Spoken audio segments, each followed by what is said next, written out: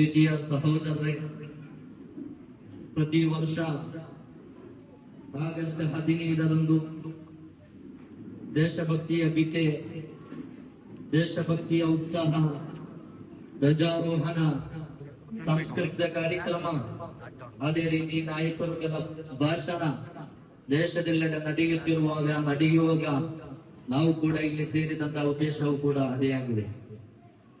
ಪ್ರೀತಿಯ ಸಹೋದರರೇ, ಈ ದಿನವನ್ನ ಆಚರಿಸಲು, ಈ ದಿನಕ್ಕೋಸ್ಕರ, ಸ್ವಾತಂತ್ರ್ಯಕ್ಕೋಸ್ಕರ ಮಿಡಿದಂತಹ ಪ್ರತಿಯೊಬ್ಬ ಯೋಧನನ್ನ ನೆನೆಯುತ್ತಾ, ಅದೇ ರೀತಿ ತ್ಯಾಗೋಜ್ವಲವಾದಂತಹ ಜೀವನ ನಡೆಸಿದಂತಹ, ಈ ಸ್ವಾತಂತ್ರ್ಯಕ್ಕಾಗಿ ಹೋರಾಡಿದಂತಹ ಮಹಾತ್ಮರನ್ನ ಸ್ಮರಿಸುತ್ತಾ, ಪ್ರೀತಿಯ ಸಹೋದರರೇ, ಈ ದೇಶವನ್ನ, ನಮ್ಮ ದೇಶ ಅನ್ನುವಾಗ ಈ ದೇಶವನ್ನ ಹಲವಾರು ವಿದೇಶಿಯರು ಆಳಿತು. ಪೋರ್ಚುಗೀಸರು, ಗ್ರೀಕರು, ಡಚ್ಚರು, ಫ್ರೆಂಚರು, ಇಂಗ್ಲಿಷರು, ಬ್ರಿಟಿಷರು ಮುಂತಾದ ಹಲವಾರು ವಿದೇಶಿಯರು ಈ ಭಾರತ ದೇಶವನ್ನ ದಾಸ್ಯತ್ವದಲ್ಲಿ ನರಳುವಂತೆ ಮಾಡಿತು. ಪ್ರೀತಿಯ ಸಹೋದರರೇ, ನಾವೊಂದು ಕಾರ್ಯವನ್ನ ಮನದಟ್ಟು ಮಾಡಿಕೊಳ್ಬೇಕು. ನಮ್ಮ ಅತ್ಯಂತ ಮಹೋನ್ನತವಾದಂತಹ, ಪರಮೋಚ್ಚವಾದಂತಹ ಒಂದು ರಾಷ್ಟ್ರವಾಗಿದೆ. ಹಲವಾರು ಭಾಷೆಗಳು, ಹಲವಾರು ಧರ್ಮಗಳು, ಹಲವಾರು ಜಾತಿಗಳು, ಹಲವಾರು ವರ್ಣಗಳ ಬೀಡಾಗಿರುವಂತಹ ಒಂದು ನಾಡಾಗಿದೆ ಈ ಪವಿತ್ರವಾದಂತಹ ಭಾರತ.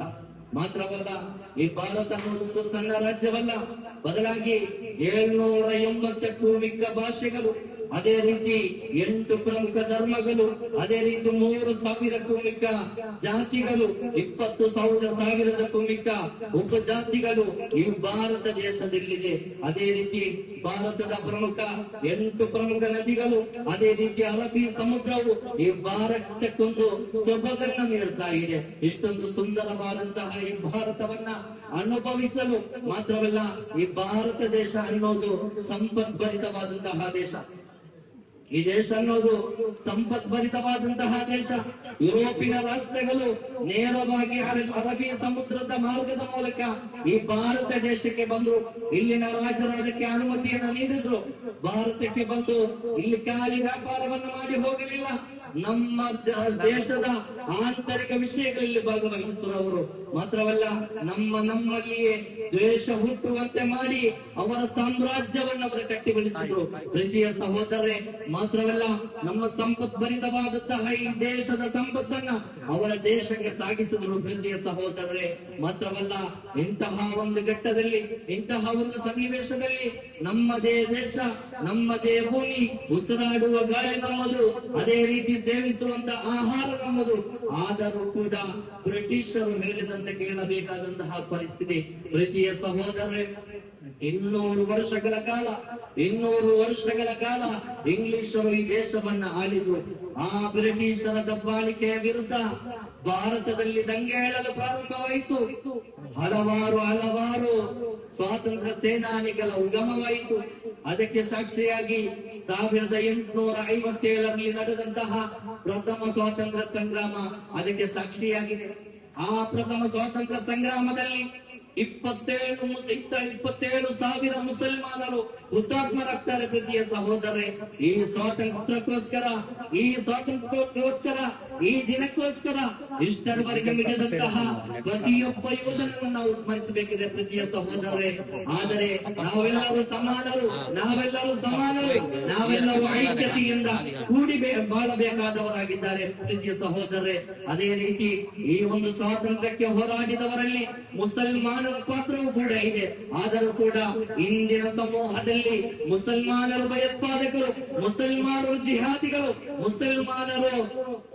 ಭಯೋತ್ಪಾದಕರು ಮತಾಂತರ ಹಂಡೆಯನ್ನು ಚಿತ್ರೀಕರಿಸುವಾಗ ಲಾಲ್ ಬಹದ್ದೂರ್ ಶಾಸ್ತ್ರಿ, ಅದೇ ರೀತಿ ಬಹದ್ದೂರ್ ಶಾ ಗಫರ್ ಅವರಂತಹ ಒಂದು ಮನಕಲಕುವಂತಹ ಒಂದು ಚರಿತ್ರೆ ಇದೆ. ಪ್ರೀತಿಯ ಸಹೋದರರೇ, ಬಹದ್ದೂರ್ ಶಾ ಅವರು ಜೈಲಿನಲ್ಲಿರುವಾಗ ತನ್ನ ಬೆಳಗ್ಗಿನ ತಿಂಡಿಗೋಸ್ಕರ ಬ್ರಿಟಿಷರವರಲ್ಲಿ ಕೇಳಿದಾಗ ನನಗೆ ಬ್ರೇಕ್ಫಾಸ್ಟ್ ಆಗಿ ಏನನ್ನಾದರೂ ಕೊಡ್ಬೇಕಂತ ಕೇಳಿದಾಗ ಬ್ರಿಟಿಷರು ಕೊಟ್ಟಿದ್ದು 2 ಕುಟಿಗಳ ತಲೆಗಳಾಗಿತ್ತು, 2 ಸಣ್ಣ ಮಕ್ಕಳ ತಲೆಗಳಾಗಿತ್ತು. ಪ್ರೀತಿಯ ಸಹೋದರರೇ, ಮಾತ್ರವಲ್ಲ, ಮಹಾನರಾದ ಟಿಪ್ಪು ಸುಲ್ತಾನ್ ರಲಿಯಲ್ಲಾಹು ಈ ದೇಶಕ್ಕಾಗಿ 10 ವರ್ಷದ ಮಗನನ್ನ 8 ವರ್ಷದ ಮಗನನ್ನ ಈ ದೇಶಕ್ಕಾಗಿ ಒತ್ತಿ ಇಟ್ಟರು.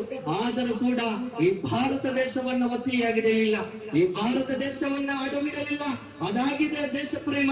ಇಂಥವರನ್ನ ದೇಶಾಭಿಮಾನಿಯಾಗಿ ನಾವು ಕಾಣಬೇಕಾಗಿದೆ.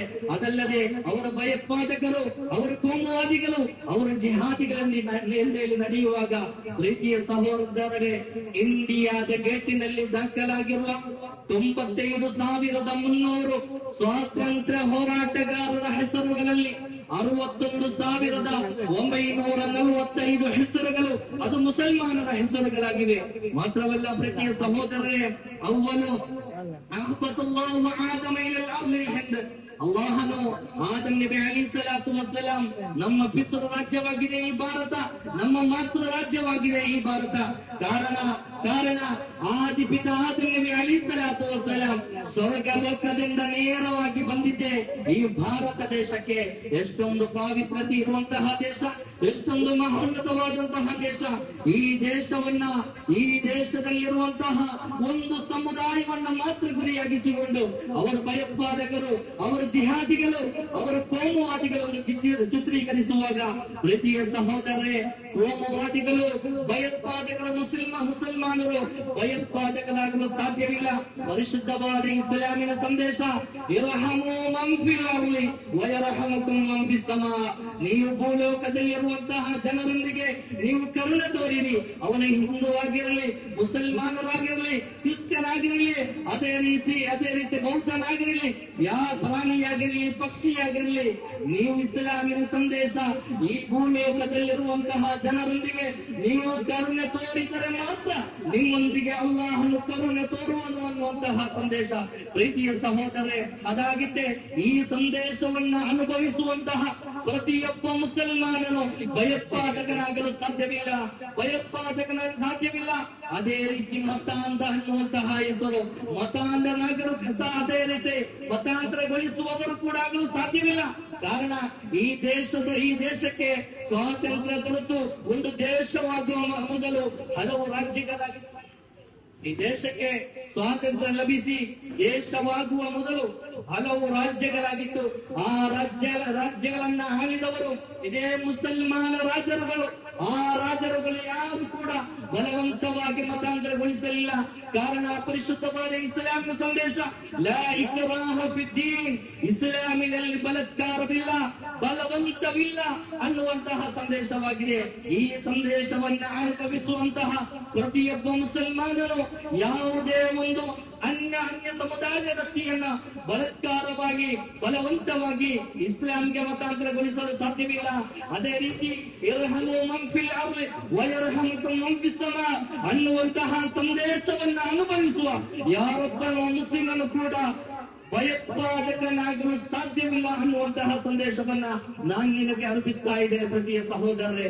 ಅದೇ ರೀತಿ ಈ ದೇಶದ ಆದಿಯಿಂದ ಹಿಡಿದು ಮಧ್ಯ, ಅದೇ ರೀತಿ ಅಂತ್ಯದವರೆಗೂ ಮುಸಲ್ಮಾನರು, ಹಿಂದೂಗಳು, ಸಿಖ್ಖರು, ಕ್ರಿಶ್ಚಿಯನ್ನರು, ಬೌದ್ಧರು, ಪಾರ್ಸಿಗರು ಎಲ್ಲರ ಯಥೇಚ್ಛವಾದ ಪಾಲು ಈ ಸ್ವಾತಂತ್ರ್ಯ ಹೋರಾಟದಲ್ಲಿ ಇದೆ ಎನ್ನುವುದು ಯಾರು ಮರೆಯುವಂತಿಲ್ಲ, ಯಾರು ಮರೆಸುವಂತಿಲ್ಲ, ಯಾರು ಇತಿಹಾಸ ಪುಟಗಳಿಂದ ತೆಗೆದು ಹಾಕುವಂತಿಲ್ಲ.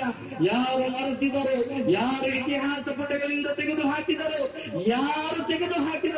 ಈ ಭಾರತವನ್ನು ಮರೆಯಲು ಸಾಧ್ಯವಿಲ್ಲ ಅನ್ನುವಂತಹ ಸಂದೇಶವನ್ನ ಸಾರ್ತಾ ಇದ್ದೇನೆ ಪ್ರೀತಿಯ ಸಹೋದರರೇ. ಅದೇ ರೀತಿ ಶಾಲಾ ಪಠ್ಯ ಪುಸ್ತಕದಲ್ಲಿದ್ದಂತಹ ಮುಸಲ್ಮಾನರ ಸ್ವಾತಂತ್ರ್ಯ ಹೋರಾಟಗಾರರ ಹೆಸರುಗಳು, ಸ್ವಾತಂತ್ರ್ಯ ಹೋರಾಟಗಾರರ ಚರಿತ್ರೆಗಳು ಪಠ್ಯ ಪರಿಷ್ಕರಣೆ ಅನ್ನುವಂತಹ ನೆಪದಲ್ಲಿ ಮುಸಲ್ಮಾನರ ಹೆಸರುಗಳನ್ನ, ಮುಸಲ್ಮಾನರ ಚರಿತ್ರೆಗಳನ್ನ ತೆಗೆದು ಹಾಕ್ತಾ ಇದೆ ಪ್ರೀತಿಯ ಸಹೋದರರೇ.